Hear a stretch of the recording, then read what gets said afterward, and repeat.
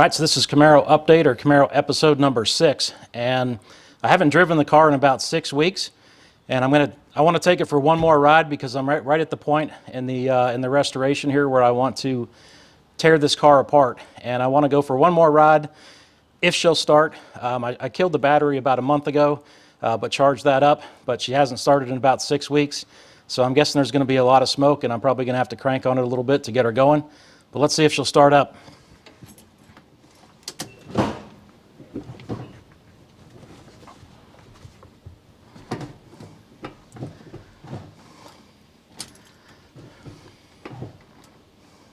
I got nothing.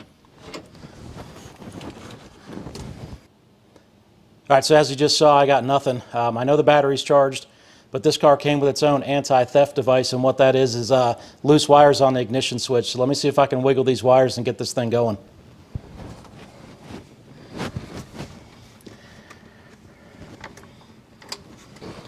All right, not going as planned.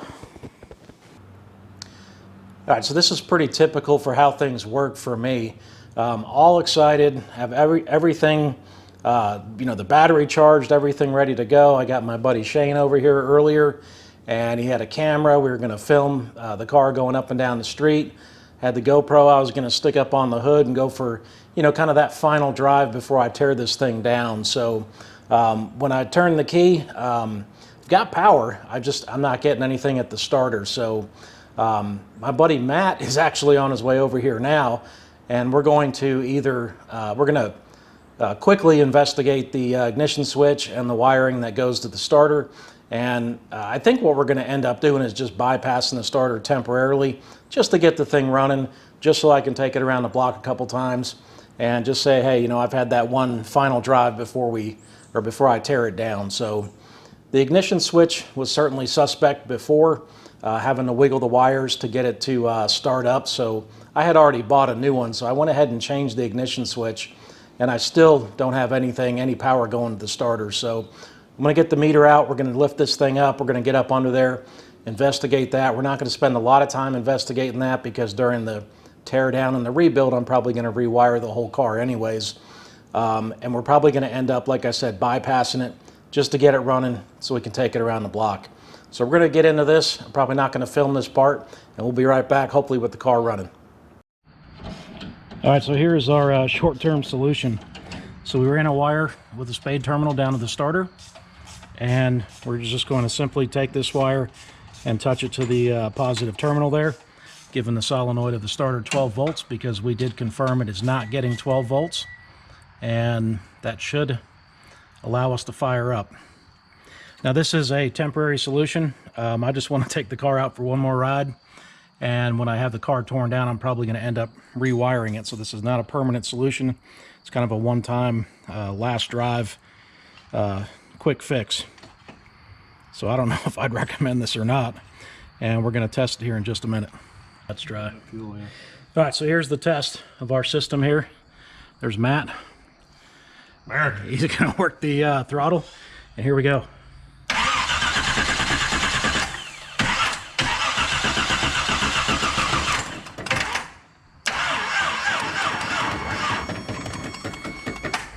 Battery. I cannot believe that.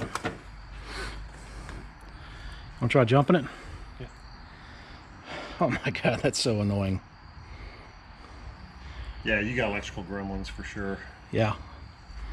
Yeah, there's Matt just said there's electrical gremlins in this car, and there definitely is. All right, let me pull my truck up. We're going to jump it. All right, we got the truck hooked up. Some jumper cables. Let's try this again.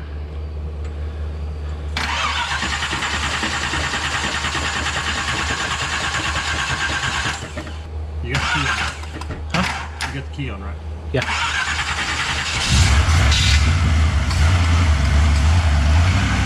There she is. Starts right up.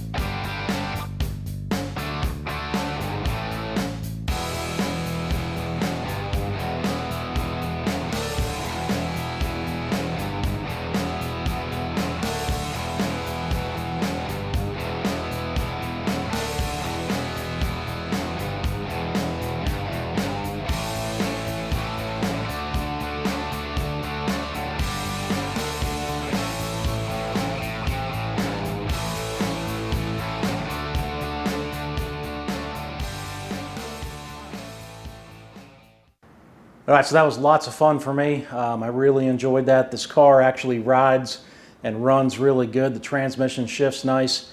I can't even imagine this. The factory motor is, I think, 190 horsepower, and I can't even imagine how it's going to feel to drive this car with the motor that we're going to build for it. So that was kind of the last ride before teardown.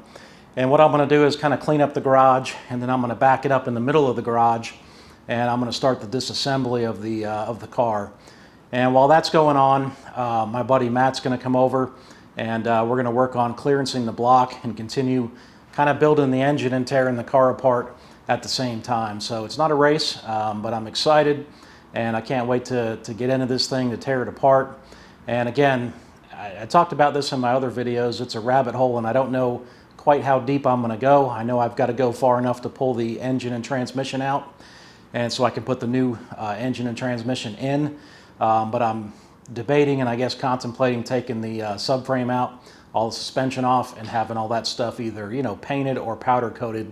I think there's kind of a Ford versus Chevy debate about which one's better on a subframe, but I'd probably lean towards powder coating, but I don't know if I'm going to go that far with it. So all that's coming up in future Camaro updates or Camaro episodes. All right, so lots of cool stuff to come. This is episode number 6, and there's obviously 5 other videos plus an introductory video that kind of shows you where I'm, you know, the foundation that I'm starting with the car. So if you haven't watched those videos, please check that out. If you haven't subscribed to the channel, please do that as well. That really helps me out. All right, so this is going to wrap up Camaro update or Camaro episode number 6. Really appreciate you guys checking out this video. Again, hope you follow along for this build. It's going to be a lot of fun. And as always, thanks for watching.